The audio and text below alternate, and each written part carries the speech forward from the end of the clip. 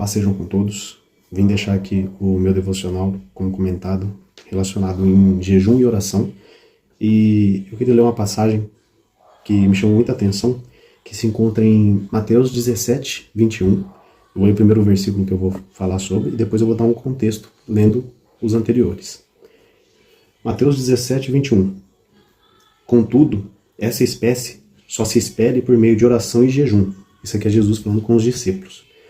Agora, voltando um pouco mais nos versículos anteriores, 17, 14, o subtítulo é A cura de um menino possesso. Ao chegar onde se reunia a multidão, um homem aproximou de Jesus, ajoelhou-se e diante dele clamou: Senhor, compadece-te do meu filho, pois tem sofrido horrivelmente com ataques epiléticos. Muitas das vezes cai no fogo e outras tantas na água. Apresentei-o aos teus discípulos, mas eles não conseguiram curá-lo. Então Jesus exclamou: Ó geração sem fé e perversa, até quando estarei convosco? Até quando vos terei de suportar? Trazei-me aqui o menino.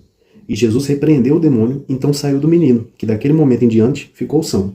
E então os discípulos chegaram-se a Jesus e, em particular, lhe perguntaram por qual motivo não nos foi possível expulsá-lo.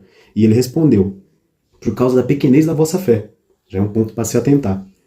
Pois com toda a certeza vos afirmo que se tiverdes fé do tamanho de um grão de mostarda, direis a este monte: passa daqui para acolá, e ele passará. E nada vos será impossível. Contudo, essa espécie só se expele por meio de oração e jejum. Aqui, o mestre estava dando uma advertência aos discípulos, falando que do costume de jejum e oração, a necessidade do jejum e oração, e essa palavra serve para nós hoje em dia, que o jejum e a oração, a gente se pergunta, mas por que eu vou jejuar? O jejum, você não tem que pensar de uma maneira errada, que o jejum não é para manipular Deus.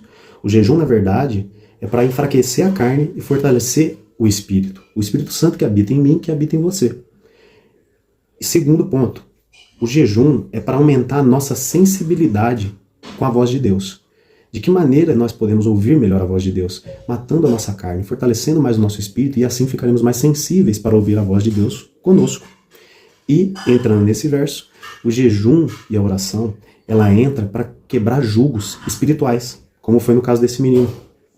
Um jejum sem oração, você já conhece essa frase, um jejum sem oração é dieta. Oração com jejum é poder espiritual. A combinação que pode mover montanhas, como foi dito aqui por Jesus, que você pode mover montanhas se sua fé for grande, que você pode dizer para um monte mover de lá para cá.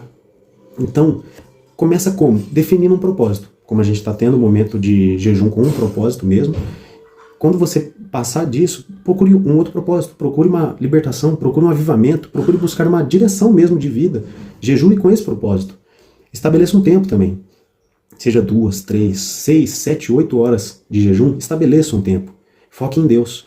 Substitua o seu alimento, pelo menos um alimento, pela palavra e oração. Se alimente da palavra. Se alimente de oração. Fale com Deus.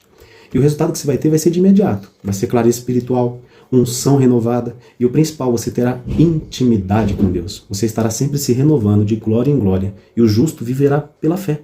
Pela fé. E fique com esse versículo, que quando Jesus alerta os discípulos, esse tipo não sai, senão por oração e jejum. Então que possamos ter cada vez mais uma rotina de jejum e oração e buscando mais ao nosso Senhor. Amém?